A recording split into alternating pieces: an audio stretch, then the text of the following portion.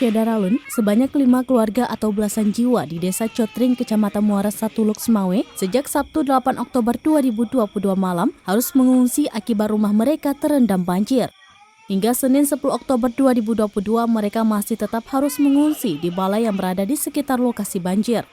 Ketua Tagana Kota Loksmawe, Samsul Bahri, menyebutkan dasarnya banjir kali ini sempat merendam belasan rumah yang ada di Desa Cotring. Selain rumah, banjir juga merendam area persawahan warga. Namun dari belasan rumah yang terendam banjir, hanya 5 keluarga yang harus mengungsi, dikarenakan ketinggian air di rumah mereka mencapai 50 cm.